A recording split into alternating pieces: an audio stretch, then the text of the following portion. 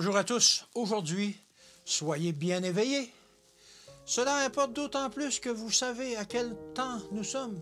C'est l'heure de nous réveiller enfin du sommeil, car maintenant le salut est plus près de nous que lorsque nous avons cru. Romains 13, verset 11. Satan s'est toujours efforcé d'ensorceler les esprits par de subtils mystères. Il séduisit Ève de cette façon et il tente de charmer les hommes aujourd'hui par les mêmes tactiques.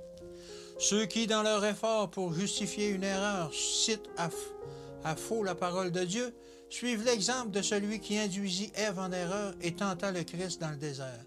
L'ennemi substitue ses affirmations mensongères à la parole de Dieu.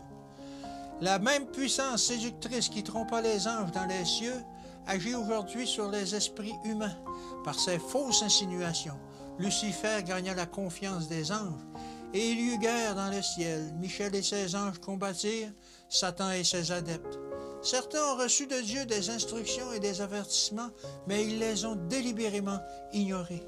Ils ont marché comme des aveugles dans les filets préparés par Satan. Ce dernier joue le jeu de la vie pour leur âme. Certains qui pourraient aider ces âmes prises dans les filets de Satan se laissent eux-mêmes prendre et deviennent les prisonniers du maître séducteur. L'amour de Dieu pour son peuple est infini.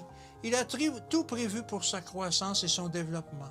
Il ne cesse pas de s'intéresser à ses enfants. Il a donné des instructions sur les dangers des fausses théories et des raisonnements subtils du grand séducteur.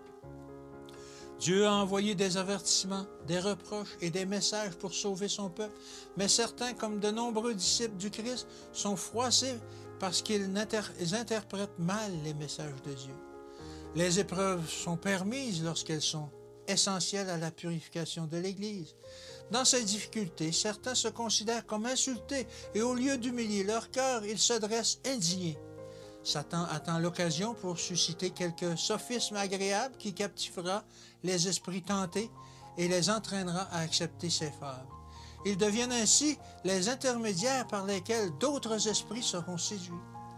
Dieu ne prend aucun plaisir à la mort des injustes. Il s'est montré extrêmement patient envers les cœurs entêtés et endurcis.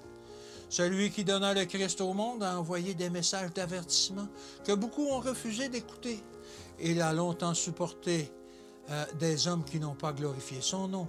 Il invite maintenant son peuple à se mettre sérieusement à l'ouvrage pour supprimer toute pierre d'achoppement. Ouvrons le chemin à notre Dieu.